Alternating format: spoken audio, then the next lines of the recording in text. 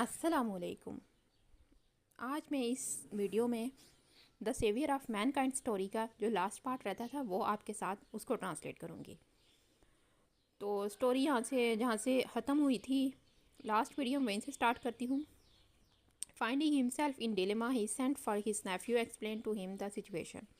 The Rasulullah sallallahu alaihi wasallam responded with those memorable words, "My dear uncle, if they put the sun in my right hand and the moon in my left, even then I shall not abandon the proclamation of oneness of Allah." تو پچھلی video میں آپ کو میں نے بتایا تھا کہ نبی پاک صلی اللہ علیہ وآلہ وسلم کے چچا جو حضرت ابو طالب تھے، ان کے پاس قریش کا ایک قبیلہ گیا تھا کہ آپ نبی پاک صلی اللہ علیہ وآلہ وسلم کو ایک نئے جو ریلیجین ہے، عقیدہ ہے، اس کی تبلیغ کرنے سے روکیں۔ تو انہوں نے اپنے آپ کو بڑی ایک مشکل میں پایا کہ اب کیا کیا جائے۔ تو انہوں نے نبی پاک صلی اللہ علیہ وآلہ وسلم کو بتایا ساری سچویشن کا۔ تو انہوں نے کہا کہ اگر وہ میرے دائیں ہاتھ میں سورج رکھ دیا جائے اور بائیں ہاتھ میں چاند رکھ دیا جائے تب بھی میں جو ہے نا اللہ تعالیٰ کی توحید کے عقیدے سے پیچھے نہیں ہٹوں گا۔ I shall set up the true faith upon the earth or perish in the attempt. تو اس کوشش میں ایک نیا عقیدہ جو ہے وہ دنیا میں زمین پر رائج کروں گا۔ رسول اللہ صلی اللہ علیہ وسلم's uncle was so much impressed with his nephew's firm determination that he replied, "Son of my brother, go thy way. None will dare to touch thee. I shall never forsake thee."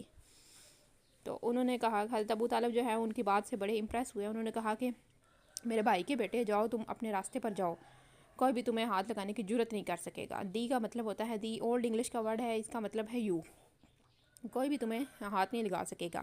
And رسول اللہ صلی اللہ علیہ وسلم did go the way Allah had chosen for him, imbued with divine guidance and firm resolve. The رسول اللہ صلی اللہ علیہ وسلم encountered all the challenges with grace and dignity. In no time he elevated man to the highest possible level in both spiritual and worldly domains. تو نبی پاک صلی اللہ علیہ وسلم اللہ کے چوز کردہ راستے پر چل پڑے اور اللہ تعالیٰ کی مدد اور پختہ ارادے کے ساتھ رسول صلی اللہ علیہ وسلم نے اپنے تمام چیلنجز کا اچھے طریقے سے مقابلہ کیا اور کچھ ہی وقت میں انہوں نے انسانیت کو بہت ہی بلند درجے پر پہنچا دیا۔ He was also a driving force behind Arab conquests which have created an everlasting impression on human history. تو وہ عربوں کی فتوحات کے پیچھے انہی کی ڈرائیونگ فورس تھی، انہی کی طاقت تھی جس کے بہت گہرے اثرات مرتب ہوئے۔ No wonder he is universally acknowledged as the most influential figure in the history.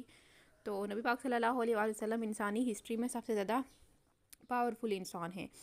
محمد صلی اللہ علیہ وسلم was responsible for both the theology of Islam and its main ethical and moral principles. In addition